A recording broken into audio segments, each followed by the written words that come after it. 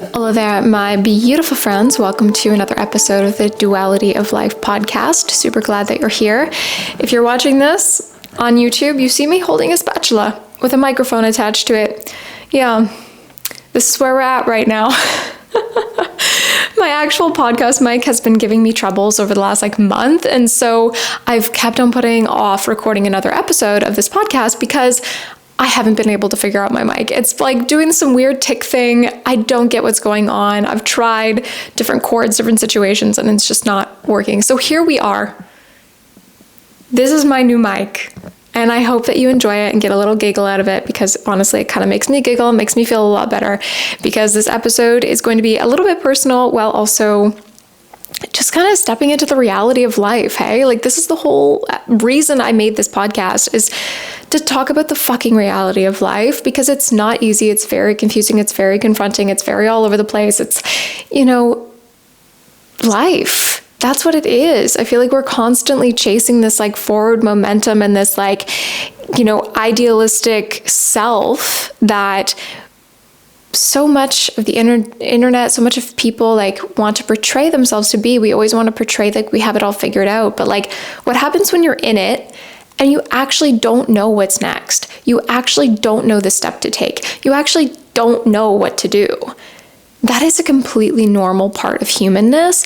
And I feel like I feel ashamed of that part, I feel like I should know what to do. I should know what I want. I should know how it all works. I should know all of these things, but nobody does. Nobody does. I think the person that says that they do are kind of lying, because let's be real, we're all just messy little human beings floating around on this planet with made up rules and made up words and made up everything. Our whole idea of this reality that we are in is just made up by somebody else. And it's just has been always an evolution of that. We're okay, this seems to work. And then we implement that system. Okay, this seems to work. And then we implement that system. And the next thing you know, we have governments and countries and kings and queens and presidents and politicians and laws and a jillion different languages. You know what I mean?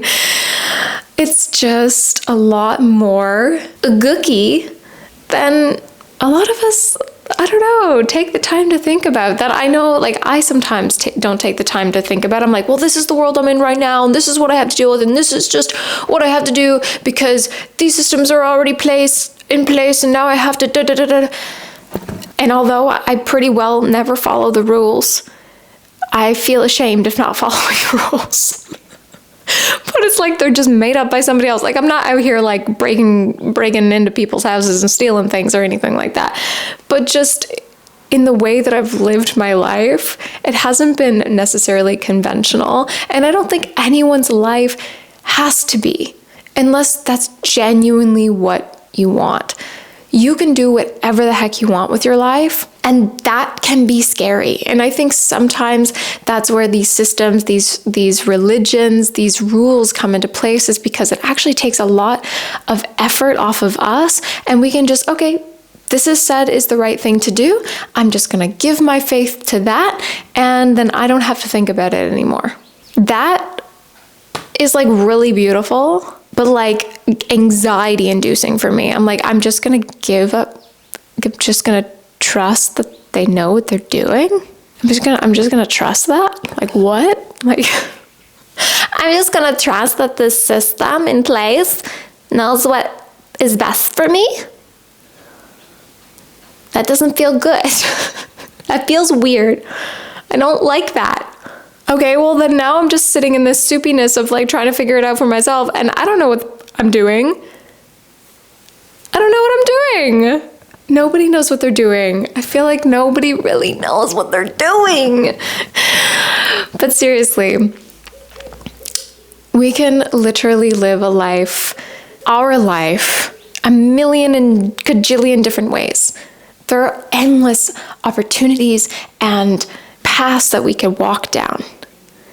And that's why I don't really know if I believe in the saying that everything happens for a reason, because what if I just decided something different one day and it turned out great? And I really love my life then, or like I've learned a great lesson, or I'm really in this awesome place, but I have no idea what it would have been like if I made the opposite decision. Maybe it would have been better. Maybe it would have led me to like a whole different array of amazingness, but I chose that one. This is life. There are actually no what ifs necessarily, because there's zero way to know what the ulterior would have been. You make a decision now and you're on that path. You're on that path, and there is no what if I did it differently, because there just isn't. And so that's where I think taking a step forward for yourself and figuring out how to best live in alignment with you. One, it's an ever-going evolution, but the more we can tap into ourselves and know what is right for us and allow ourselves to live in a free, authentic way, can kind of mitigate those what ifs. Because if we make a decision in the moment that we know is right for us, even if it leads us to a bad place, even if it leads us to a place that we didn't want or wasn't fully desirable or just didn't turn out the way that we hoped, we can go back and say, yes, but I made that decision knowing it was right. Now, I'm not saying to put yourself in horrible situations, like be smart about it, be smart about your life. Like, I don't want you to get hurt or like, end up with a bad person. But for myself personally right now, I made a decision to stop making these what I eat style videos, which I've made hundreds of. I also decided not to be vegan anymore after like 8 years, 4 of which I was building an online personality, not necessarily on veganism, but around it. Like I was making food content and what I eat content, and so therefore I was making vegan food content. I was never like a, preacher of veganism necessarily. I always encourage people to eat how they feel is best for them. But nonetheless, I stopped making that content and everything has just kind of slowly gone awry. Losing sponsorships, losing views, losing followers, and just feeling like at a loss of what to do next or where to go or how to kind of transition my content and my channel and what am I doing here, like what is the story that I'm here to share? And I've been smacked in the face with so much creativity that I feel like it almost stumps me from like moving forward, because I'm like, okay, like I want to do this, but now I want to do this. But I feel like the online space needs like cohesive, like I need to make like the same reel again and again and again, because like that's what these big people on the internet are doing. And it's like you find yourself in a spiral, or I've been finding myself in a spiral, sorry. But in those moments of insecurity, in those moments of like, oh my goodness, like everything's failing, like what am I doing? How am I going to pull myself out of this? Like what's my next move here? I'm knowing that I made the right decision. I know that it was the right decision for me to stop making that content. Even though I would have been in a cozy, cushy little place, continuing making that content. I knew I couldn't do it anymore. It was draining my mental health. It was draining my life force, my energy.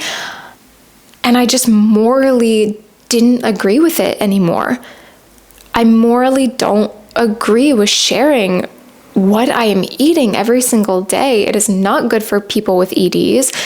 It just incentivizes comparison, and that's not healthy, and I don't want to contribute to that on the internet. I don't want to contribute to comparison. I don't want to contribute to people feeling bad about themselves. This is also one reason I've pulled back so much about sharing my body on the internet. Like I used to do like body checking, like what I eat in a week videos, and like share a lot more content about quote unquote body positivity. The reality is I am a slim white woman. Like enough said. Yes, body positivity is so amazing, but like, we need to see diverse bodies.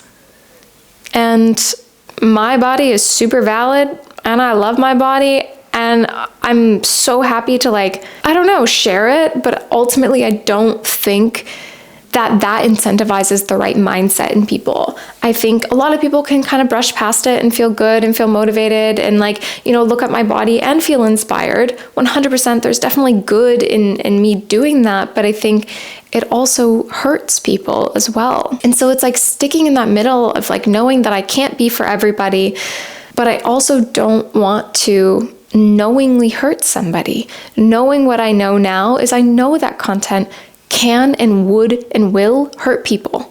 Knowing that I can't do it, like it really messes with my head. And when I ask myself if I want to share it, it's only because I feel like I know the internet wants it.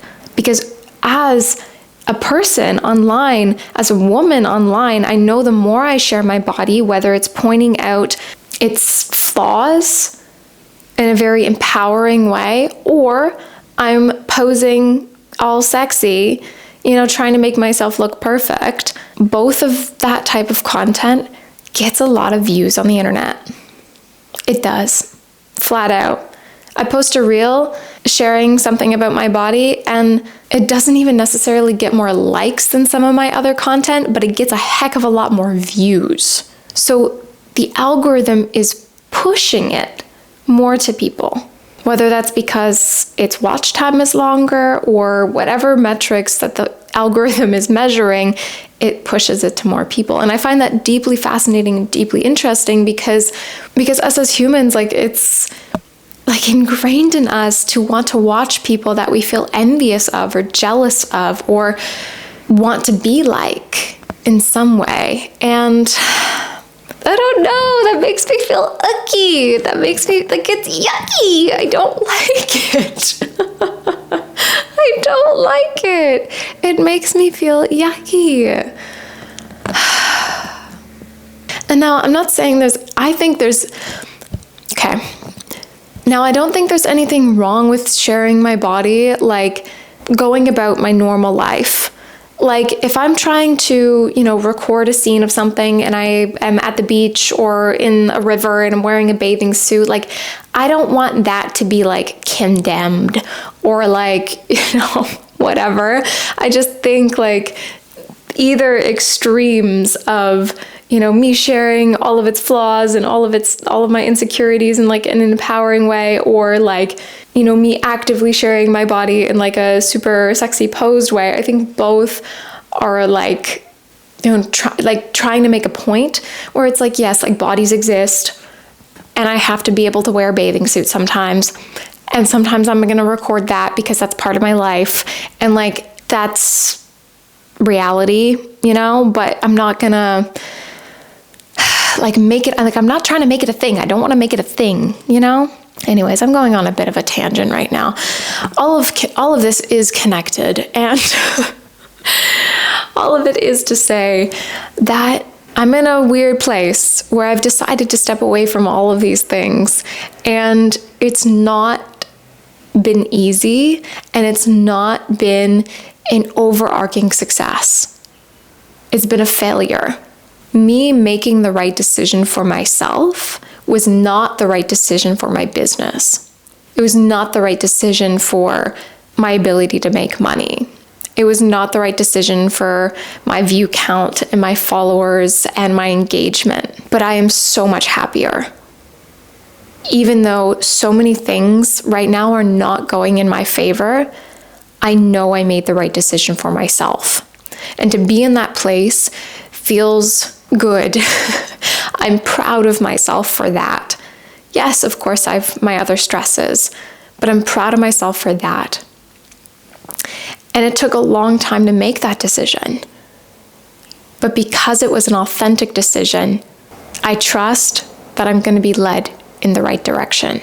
I trust that I'm going to be able to make even more authentic decisions for myself that will hopefully bring me out of the mess that this decision has caused me.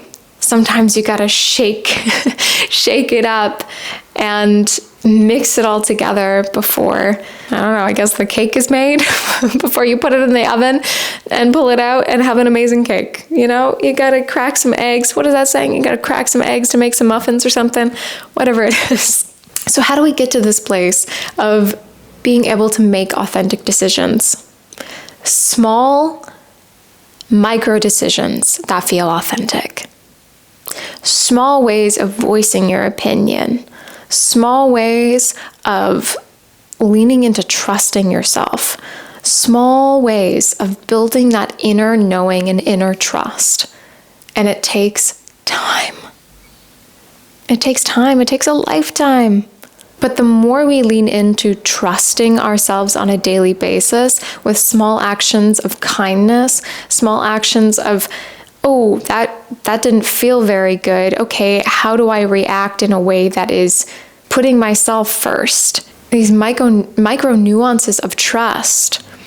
Getting up and promising yourself that you're going to make your bed in the morning. Doing it.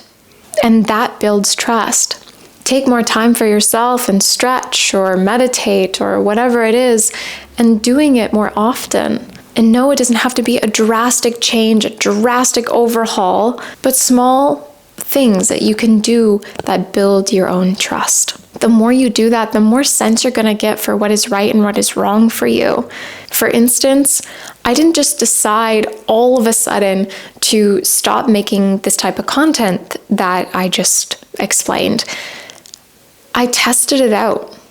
I decided, okay, I'm going to not make one of those videos for a few weeks, and I'm going to see how that makes me feel. I'm going to reflect on that. I'm going to notice how my energy levels maybe have shifted, or how my creativity has changed, or if I can even come up with a video that is different than this mechanism I have built for myself. Do I even have the skills to come up with different types of content? New and interesting and well-edited type of content? Do I have those skills? Okay, let's just try it for a few weeks and see what happens. And when I decided to do that and I stuck with it, I stuck with not doing it even though that first video that I posted didn't perform as well, even though the second video that I posted didn't perform as well, even though the third video that I posted didn't perform as well, even though those videos didn't perform as well as my other ones, I noticed how much better I felt, how much more creative I felt, how much more of a story that I want to tell, how much less anxiety I had. Just overall, my life felt better and I felt improved as an individual just because I decided to stick with something and see what that little inkling inside of me was telling me in the back of my brain. Let's just take a break. Let's chill. Like, maybe we don't want to make this type of content anymore. I listened to that and I said, I'm just going to do it for 3 weeks and we're just going to assess. I don't have to change everything all at once. I don't have to, throw everything out the window right now just on a whim. Why don't we try and see how we feel? And that built trust inside of me. That built a lot of trust inside of my own being because I committed to doing the thing that I was scared of doing because I felt like maybe it was good for me. And so I did it. And I realized it was good for me. And I realized that, okay, I guess it's worth it to throw everything to the fan now and just go for it. Go for the thing that I feel like is right for me now. Again, small things. That could be telling yourself that you want to go on more walks and just planning to walk around the block every day for a week or a few days and just completing that task and just being like, okay, like, how did that make me feel? Like, did I feel good when I did that? Did I feel energized after I did that? Did I feel more connected to myself? Or did that cause me more anxiety? Did that cause me more pain? Did that feel uncomfortable, or I didn't like it, or like whatever it is? And of course, if we have like intense fears and phobias where like maybe we need exposure therapy, like, don't listen to this, as this is not advice for you.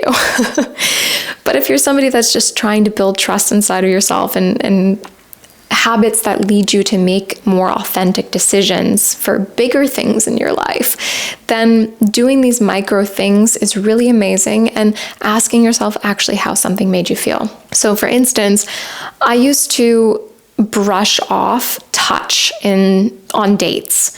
I used to be like, no, it's not a big deal. Like, this is, part of dating. They just like want to connect with you. Like they're trying to pull a move. Like they want to, hold your hand or like whatever. And like, you just have to be like open to that. And I realize like now actually, like when I don't know somebody touching me like makes me so deeply uncomfortable. And I used to, gaslight myself to convince myself that it was okay. And like, I should just accept this because this is a normal part of dating. But I actually don't have to. Like if I actually don't like something, I can communicate that I don't like it, and it has nothing to do with them, and it just takes me time to warm up or whatever the case is. If you thought that you would really enjoy something and you don't, there isn't any shame in that. And this is why I think taking things slowly is really important. If you think that you really want to learn how to knit, for instance, instead of going out and buying all of the yarn and the newest, best needles and like da-da-da-da-da, why don't you just borrow a friend's knitting set? Making small commitments to things that you want to try or experiment with leaves you feeling like if you don't like it, you don't have to continue doing it. And being able to be really honest about whether you like it or not, I think is really important. Instead of feeling guilty about the fact that you just bought all of this new yarn that's like super expensive and these like best selling needles on the Amazon, and now you've like invested all of this money into your new knitting set, and now you have to like it because you spent too much money on it to not like it. It's gonna make you then feed into something or feel guilty about not doing the thing that you don't enjoy because you've invested money into it. Small micro investments. When I first started my YouTube channel, I started my YouTube channel on an iPhone 8, and I already had a laptop with iMovie, and I figured it out. And then after it started working and I've got monetized and started making money, I invested in an iPhone 12, not a camera, an iPhone 12. And I think for the first, I don't even know how many videos were filmed on my iPhone 12 and iPhone 8. And then after a while of it still working, I then invested in a camera. Small micro commitments to help you ease into a reality that you either like or dislike. I felt like I wanted to continue to do YouTube, but instead of just being like, okay, now I have to buy all of the things or get all of the things to do it perfectly from the very beginning, what if I didn't like it actually? What if I didn't like doing it? Would I have just kept on doing it because I had committed so much? So anyways, I know some of these things, some of life decisions you can't really go back on. Like you can't be like, okay, I'm now going to test to see if I want children. You kind of can't go back on that. So, but this is where all of those other micro nuances of life that aren't as big of a deal add up to you knowing yourself a lot more, you being able to be honest with yourself a lot easier, and then being able to move more authentically with these bigger life decisions. See, I had built a decent amount of trust with myself, and it wasn't an easy decision for me to make to move on from that type of content. It was really difficult, but I had to trust that that voice in the back of my head telling me not to keep doing this was the right voice. And I tested it. I saw how it made me feel. Because maybe I just needed a break, maybe I just needed to take a couple weeks off and then I would have felt good and we would have been back on it. But no, I had to accept the fact that actually this feeling is deeper than just needing a break. It's needing to stop. And then slowly but surely, I started being a lot more open with my audience on the fact that I wasn't going to make these What I Eat videos anymore, and what then my content was going to look like. So yes, you may make a decision and it may not go according to some plan you were hoping, but that doesn't mean that you made the wrong decision. If you know in your gut that you made the right decision, it's just going differently than you thought, there's peace in that. There's growth in that. There's addressing the reality of life in that. There's lessons in that. And that's really powerful, to be able to know that you made the right decision for yourself. Even though it's scary, even though it's maybe different than what people were wanting of you or expecting of you, even if it costs you a lot. If you know you made the right decision for yourself, then you made the right decision for yourself. And that's freaking amazing. That is so amazing. So building trust with yourself smallly and surely on a daily basis or a weekly basis is how we get to that point, you know? I was actually planning to record a different episode today. I wrote the whole thing yesterday, and it's about my I hate men era. I'm in a little bit of a phase right now, a little bit of an era. And when I opened my laptop this afternoon to my inbox, my email inbox, I had received an email from the brand that has been basically paying my bills recently, and got information that they don't want to continue the contract to the end of this year, which we originally agreed upon. So they only want to sponsor me for the next month, and then goodbye. And after a lot of banana bread, a solid walk in the sunshine, debating what I'm doing with my life, voice noting myself, and all of this, I knew I had to record this episode because this is life, you know? Like, I went on this walk and thinking about, you know, what my next steps are, and realizing I don't want to just give up because things are failing right now. I actually think this is an opportunity for me to reinvent myself in a way, or, you know, re-inspire myself and change something. This isn't a sign to give up, but a sign to keep pushing towards something that I know that I want. Keep encouraging myself and pushing myself, knowing that I made the right decision for myself, even though everything is failing. And to use that momentum, use that intuition, use that inner guidance to continue to propel me towards something that I know is even going to be more amazing and more authentic to me, because it's built on authenticity. One brick at a time, a house is built. And I want a pretty, beautiful, amazing house that feels like me and feels like mine and feels like I made it. And that's what I want. I don't want to build a house on other people's bricks. They come back wanting their bricks.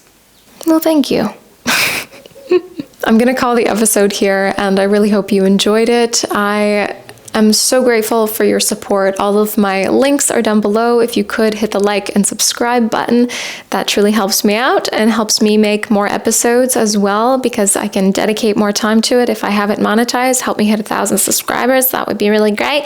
And when you do hit subscribe, screenshot that, send me an email at dualityoflifepodcast@gmail.com, and I will send you a free gift. Send me the screenshot of the subscribe button on YouTube and or Spotify. Leave me a 5-star review. If you're subscribing on Spotify, 5-star review it. Send me that screenshot at dualityoflifepodcast@gmail.com, and I will send you a free gift. A free little gift just for you. And it's an abundance activation. So I made it myself. Thanks. Okay, this is enough of my rambling. I love you. I appreciate you. And I hope you have a beautiful rest of your day. It's all going to be okay. It's all going to be okay, my love. I promise. Mwah.